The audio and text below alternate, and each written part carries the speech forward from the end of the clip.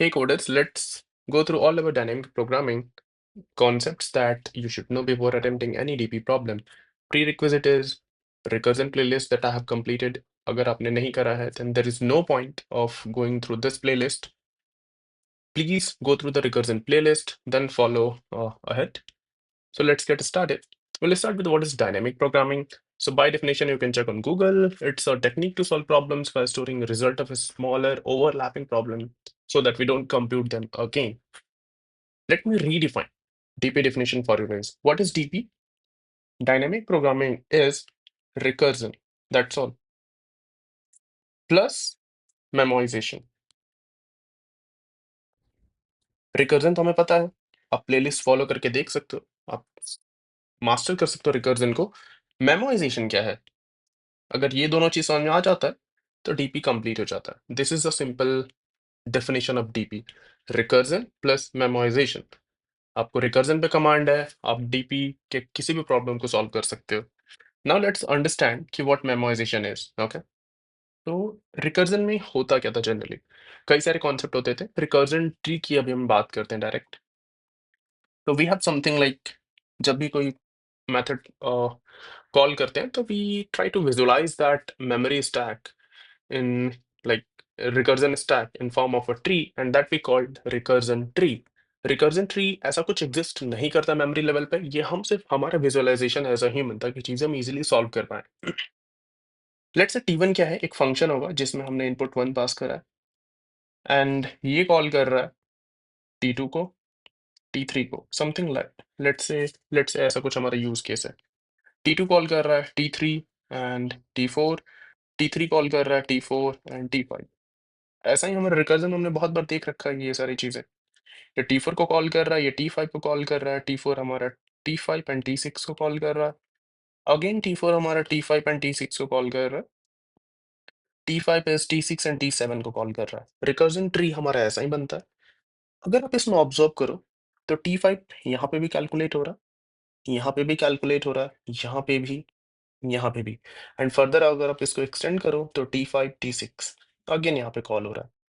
तो एक ही फंक्शन को, ये बेसिकली है क्या, कोई मेथड होगा जिसमें हमने इनपुट 5 पास कर रखा है, राइट? ये फंक्शन बार बार कॉल हो रहा है।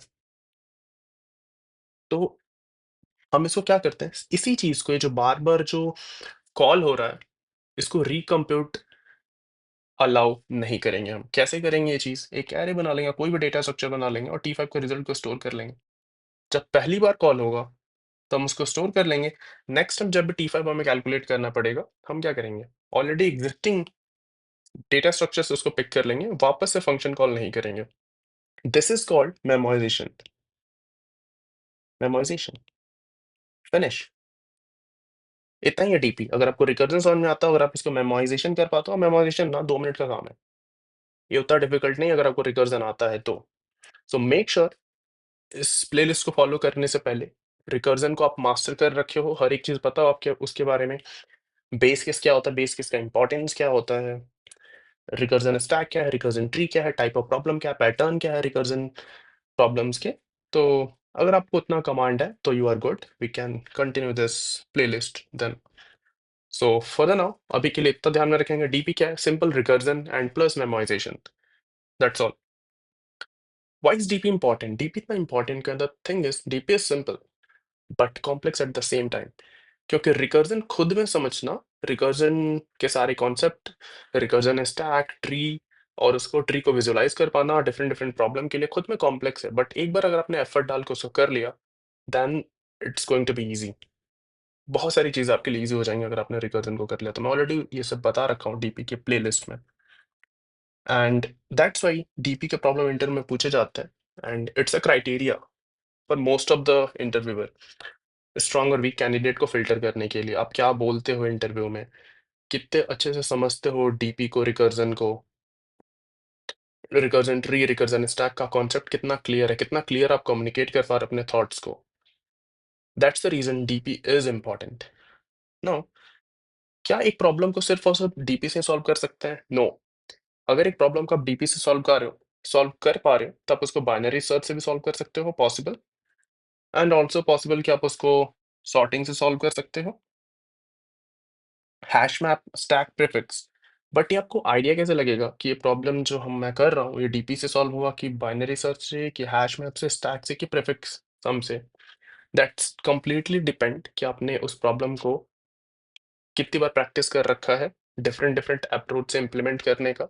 और जितने मैंने प्लेलिस्ट बना रखे हैं ऑलरेडी, बाइनरी सर्च और रिकर्जन, स्टैक, एवरीथिंग, अगर आप उसको फॉलो करोगे एंड देन इन सारे प्रॉब्लम जो हम डीपी में सॉल्व करने वाले हैं, उसको थोड़ा एनालाइज करोगे, क्या इसको अदर तरीके से सॉल्व कर सकते हैं, वो टेक्निक्स अप्लाई कर सकते हैं, तो या then it will be easy. और इस प्लेलिस्ट में मैं ये करूंगा, जब भी मैं प्रॉब्लम सॉल्व करूंगा जो डीपी से भी सॉल्व हो सकता है एंड अदर एल्गोरिदम से भी सॉल्व हो सकता है, तो will discuss this also. And ये खुद से आपको करना चाहिए। अगर आपने पुराने सारे प्लेलिस्ट फॉलो कर रखे हैं और अगर एक प्रॉब्लम डीबी से भी सॉल्व हो रहा है और बाइनरी सर्च से भी सॉल्व हो रहा है, तो ये आपको खुद से एनालाइज करके फिगर आउट कर लेना चाहिए। अगर उस चीज़ को भी मैं बता रहा हूँ, इट मीन्स कि वो फिर स्पून फीडिंग है फिर। And when to apply DP, हमें डीपी कब अप्लाई करना चाहिए? तो क्वेश्चंस में अगर आप देखोगे, जब भी ऑप्टिमाइजेशन के लिए बोला जा रहा हो, मिनिमम या मैक्सिमम निकालने को बोला जा रहा हो, नंबर ऑफ वेज निकालने को बोल रहा है किसी चीज़ को करने का, मैक्सिमम मिनिमम प्रॉफिट कॉस्ट, अगर इसका कुछ कॉम्बिनेशन का प्रॉब्लम है, टोटल नंबर ऑफ वेज है, तो इस टाइप का प्रॉब्लम में जनरली हम क्या करते हैं, डीपी अप्लाई कर सकते हैं। बट इतना ज़्यादा याद करना ज़रूरी है क्या? रिकर्जन में हमने क्या देखा था? रिकर्जन में कितने टाइप के प्रॉब्लम बनते हैं? 3 ही पैटर्न होते हैं रिकर्जन के। एक में बोला जाता है कि आप टोटल नंबर ऑफ सॉल्यूशन निकालो, टोटल नंबर ऑफ सॉल्यूशन निकाल के दे दो बेस्ड ऑन सम कंडीशन, या फिर check if solution exist, check करो किस कंडीशन के बेसिस पे सॉल्यूशन एग्जिस्ट करता है कि नहीं करता है, और find any of the solution, any of the solution, कोई भी एक सॉल्यूशन निकाल के दे दो। यही 3 पैटर्न होते हैं रिकर्जन प्रॉब्लम के। एंड एग्जैक्टली यही हमारे क्या है, डीपी प्रॉब्लम्स के भी पैटर्न है। अगर आप क्वेश्चन को इस तरीके से आइडेंटिफाई कर पा रहे हो, दैट्स ऑल, फिनिश। ये इतना सारी चीजें माइंड में रखने की जरूरत नहीं है। बट जब आप प्रॉब्लम प्रैक्टिस करोगे तो आप एनालाइज करोगे कि okay, most of the time DP के प्रॉब्लम ऐसे ही बनते हैं, बट एक्चुअली मेरे को क्या पता होना चाहिए, this is important, not this will come ultimately जब सॉल्व करते करते। Next is what is bottom top down and bottom up approach of solving DP problem. ये बहुत ही फेमस है, काफी कंफ्यूजन होता है, बहुत लोगों ने इसको समझा भी रखा है, बट हम इसको थोड़ा और इजी तरीके से समझने का ट्राई करेंगे। इनिशियली जब मैंने स्टार्ट करा था टॉप डाउन बॉटम अप में, मुझे कंफ्यूजन ये होता था कि टॉप डाउन मतलब मुझे लगता था कि वो सबसे पहले बड़े प्रॉब्लम को सॉल्व करते हैं, फिर छोटे छोटे प्रॉब्लम को सॉल्व करता है, फिर उससे छोटे प्रॉब्लम को सॉल्व करता है, कुछ ऐसा। एंड बॉटम अप मुझे लगता था कि सबसे पहले छोटे को सॉल्व करता है, फिर बड़े को, उसके बाद उससे बड़े को।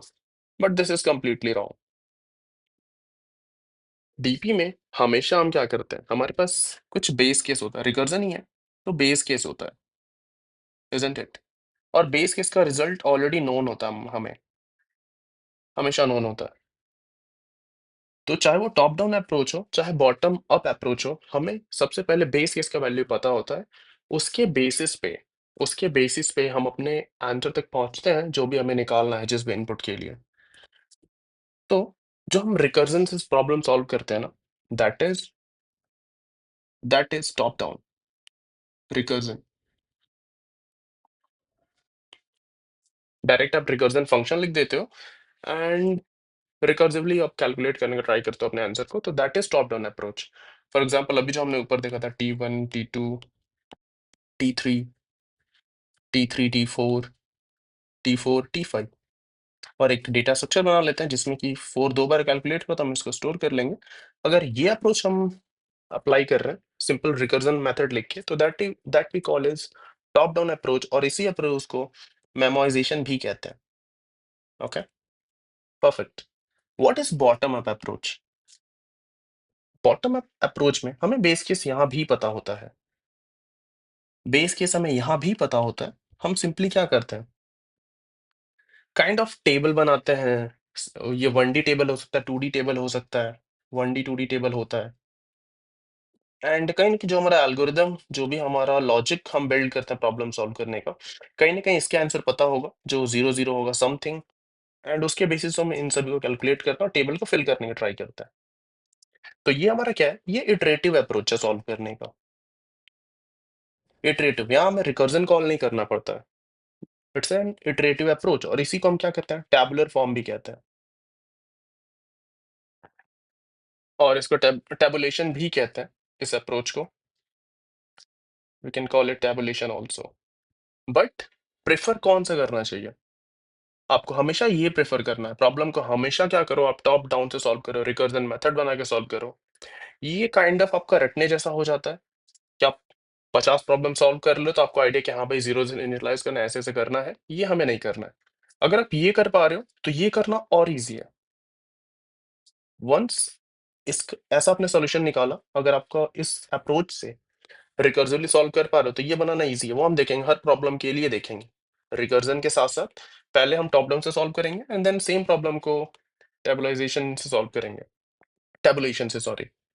बिकॉज कभी कभी इंटरव्यू में ऑप्टिमाइजेशन के लिए बोला जाता है कि ओके रिकर्जन क्या है, बेसिकली मेमोरी स्टैक बनता है, ओवरहेड होता है वहां पे। दिस अप्रोच क्लीन, आपको सिंपल एक मेथड में टेबल बनाना और इनपुट फिल करके आंसर तक पहुंचना है। बट रिकमेंडेड है कि यहाँ से स्टार्ट करेंगे, ये माइंड में होना चाहिए और ये हमें इंटरव्यू में शो करना चाहिए to impress the interviewer. So that's all. Top down and bottom up. We'll solve problem with top down approach. DP optimization. DP में भी हमें क्या करना पड़ता है ना, कभी कभी ऑप्टिमाइजेशन करना पड़ जाता है। एक तो ये खुद में एक ऑप्टिमाइजेशन है, बट फर्दर ऑप्टिमाइजेशन क्या है कि कभी कभी हमें क्या करते हैं, हमें रिजल्ट को स्टोर करना होता है। कहते हैं कभी कभी हम 2D एरे बनाते हैं एन क्रॉस एम का, राइट, और यहाँ पे हम सारे आंसर को स्टोर कर रहे होते हैं। बट कभी कभी हमें रियलाइजेशन होता है कि सिर्फ और सिर्फ एक एरे से भी काम हो सकता है, instead of N cross M एक सिंपल 1D एरे से भी काम हो सकता है। तो ये ऑप्टिमाइजेशन हम सीखेंगे कई सारे प्रॉब्लम्स में। एंड अगर आप इस लेवल पे जाके ऑप्टिमाइज कर पा रहे हो तो that is the best solution. Interview भी एक इंसान है, उसको भी इससे ज्यादा नहीं आता होगा। And this is all is expectation in any interview कि आपको इस लेवल तक कॉन्सेप्ट क्लियर हो। मे बी आपसे ये आप सॉल्यूशन इंप्लीमेंट करो, एक्सेप्ट करो, बट वो डिस्कस कर सकते हैं क्या इसको फर्दर ऑप्टिमाइज करा जा सकता है, तो आप वो डिस्कशन कर सकते हो उसके साथ। Next, type of dynamic programming problem और डीपी पैटर्न्स। तो जब भी आप डीपी स्टार्ट करते हो तो सिंपल सिंपल हम प्रॉब्लम सॉल्व करते हैं, राइट। किस किस टाइप के प्रॉब्लम होते हैं? अगर हम इनिशियली स्टार्ट करते हैं तो बेसिक हम क्या सॉल्व करते हैं, सभी करते हैं, फिबोनाची, ये सबका बेसिक होता है, जिसने भी कभी स्टार्ट करा होगा डीपी तो फिबोनाची सीरीज। नेक्स्ट और क्या, क्लाइंबिंग स्टेयर करते हैं, क्लाइंबिंग स्टेयर प्रॉब्लम, ये भी है।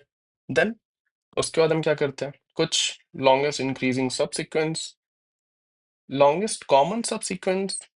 और क्या प्रॉब्लम होता है, ग्रिड बेस्ड डीपी, ग्रिड होता है और हमें कुछ कुछ निकालना होता है गिवन सम कंडीशन पे। और ट्री बेस्ड डीपी भी होता है हमारे पास, ट्री से रिलेटेड डीपी प्रॉब्लम आ जाते हैं। एंड अगर देखें तो हम नैपसेक, नैपसेक प्रॉब्लम भी हम सॉल्व करते हैं, बहुत फेमस, ये सारे बहुत स्टैंडर्ड प्रॉब्लम्स हैं। Then matrix chain multiplication, matrix chain multiplication, ये भी एक बहुत स्टैंडर्ड प्रॉब्लम है। इसके अलावा और क्या होता है, स्टॉक बेस्ड डीपी प्रॉब्लम होता है। ये सारे बहुत ही स्टैंडर्ड प्रॉब्लम्स हैं जो हम सॉल्व करते हैं। And let me tell you what, कि जितने भी और प्रॉब्लम बनते हैं ना, इन्हीं के वेरिएशंस होते हैं, इनके ही वेरिएशंस होते हैं।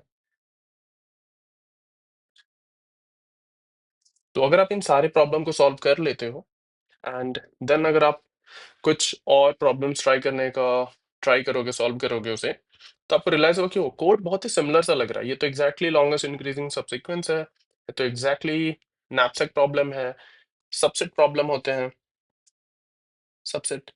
बट क्या इतना याद करना जरूरी है? क्या इतना सब कुछ याद करना जरूरी है क्या, कि हाँ इतने सारे प्रॉब्लम मैं याद करूं, समझूं एंड देन मैं ट्राई टू फिगर आउट करूं हाँ कौन सा है? No, that is not required. इससे बेहतर अगर आप रिकर्जन समझते हो,